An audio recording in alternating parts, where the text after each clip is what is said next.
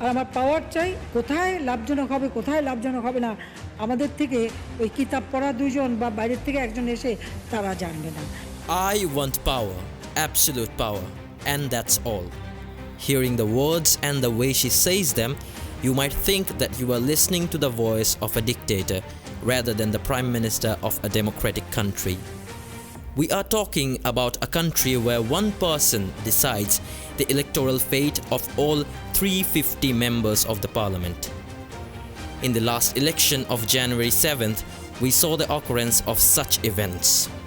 Where there is no opposition, the so-called opposition party in the parliament, the Jatiya Party has acted as an opposition party to compromise with only 26 seats thrown away by the faithful controller, and the remaining 220 of the party's deprived members have withdrawn from the contest before the start of the election. Those who had heated up the election field were either the nominees of the government party or its B team. আমরা কেউ আওয়ামী লীগের বাইরে না, আমরাই নৌকা, এখানে eagle মার্কাই নৌকা মার্কা, বুঝেন নাই? Products of the same party with the blessing of the party chief, in their language, dummy candidates or so-called independents.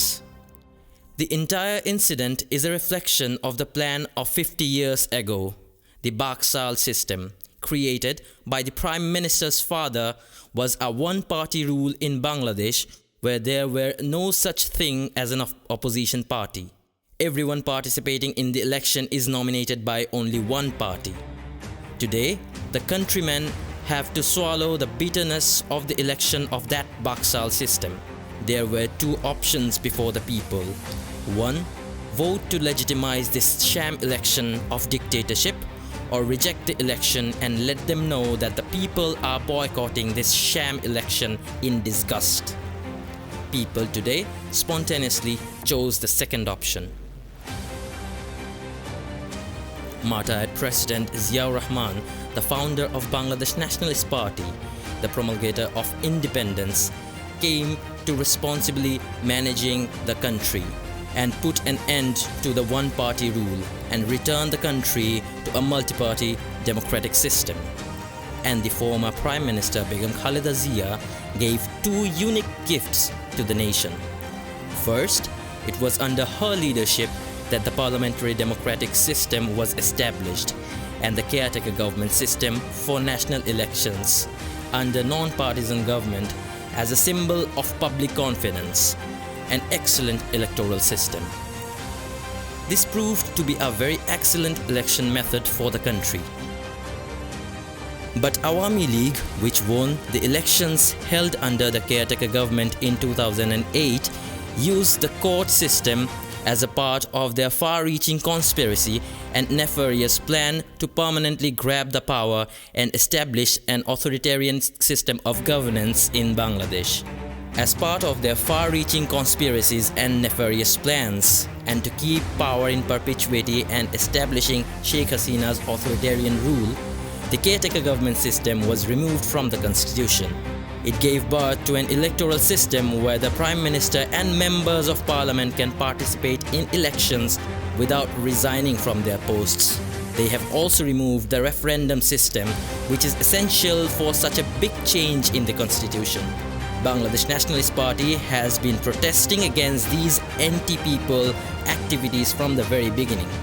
The people of the country have much regrettably lost their opportunity to exercise their right to vote, and this government has from the very beginning sought to divert the people from voting by making the right to vote meaningless so that their hold on power is not questioned.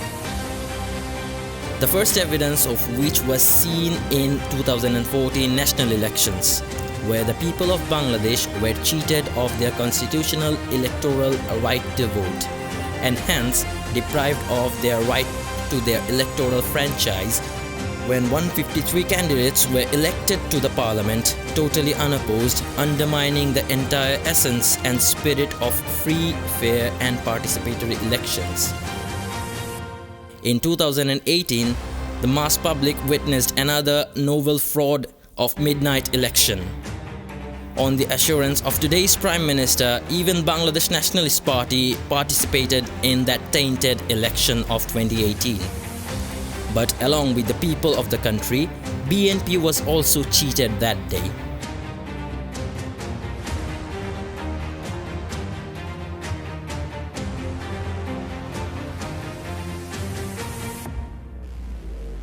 A government steeped in corruption, who are running a festivity of corruption in every sphere, risk-filled reserves, mega corruption of mega projects, ruined banking sectors along with laundering of nearly 1 lakh crores of taka every year.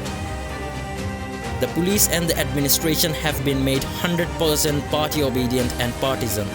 The judicial system is questionable, and an ineffective and spineless election commission has been added to it.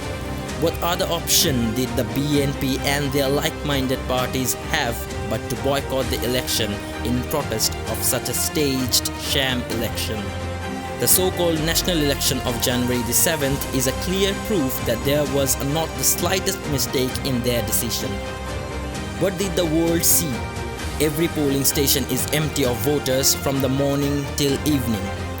Whether in the city or in the villages, the election officials are out to work, children voting to show increased voter percentage and notorious creatures in front of the fields, free movement of animals in front of the fields near the polling stations. But what followed was not only tragic but scandalous for any country and nation in this modern world. Freestyle filling of ballot boxes with government party symbols in front of the election officials. নৌকায় seal কেন না ওনারা জোর করে এদের তারা ডাকছে তো জোর করে মেরে গেছে কে মারছে চিনি না কে মারছে কারা এরা কারা A failed attempt to deceive the election observers by showing an artificial crowd with no voters standing. এখন কিসের জন্য দাঁড়াইছে হ্যাঁ ছবি তোলার জন্য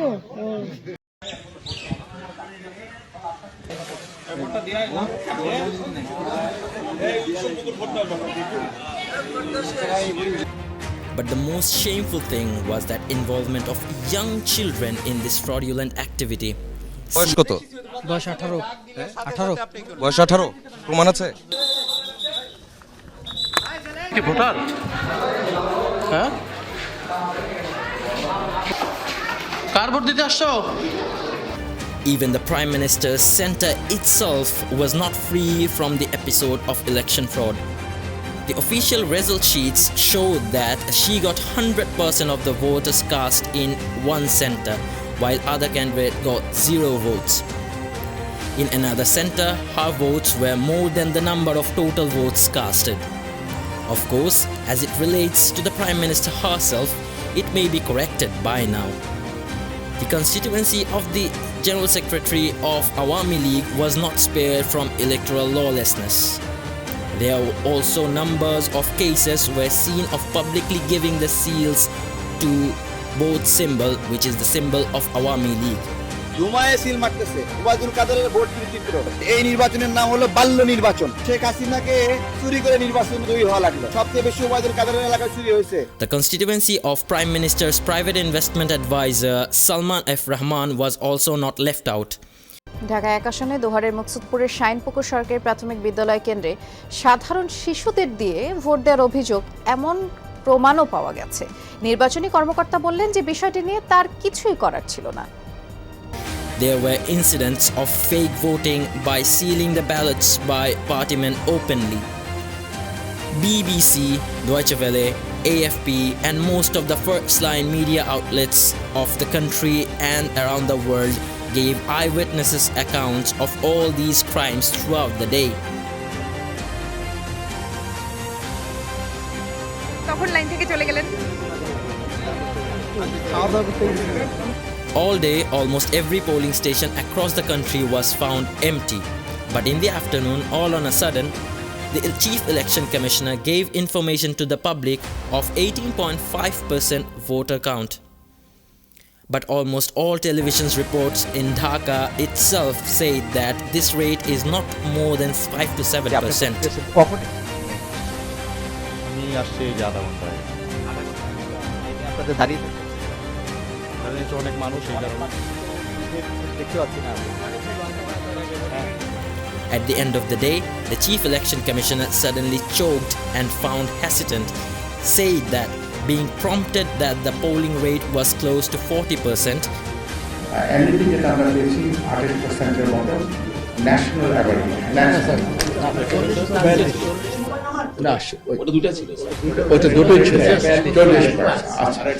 because like him, everyone in the country knows how much to say the polling rates.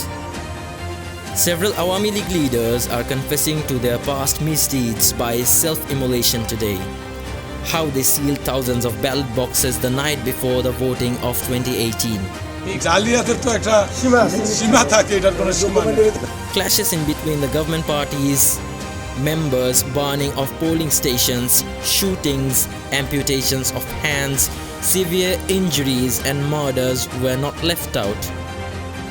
This so-called election unwittingly created a plebiscite referendum where 90% of the people abstained from voting and showed unwavering support for the necessity of a caretaker government as demanded by Bangladesh Nationalist Party, and it proves their victory.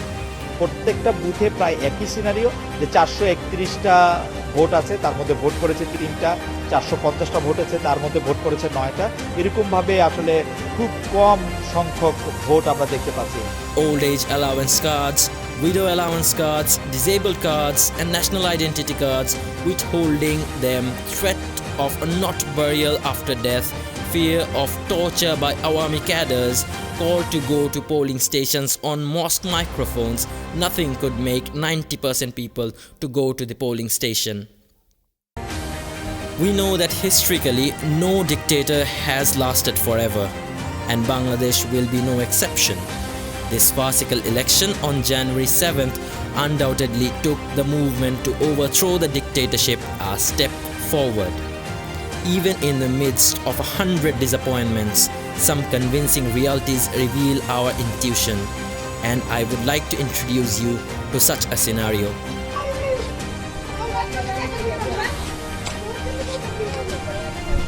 The widowed mother wants to go to the polls to save her widow's allowance card, but the teenager doesn't want to let her mother participate in the farcical election. The juvenile's persuasive resistance.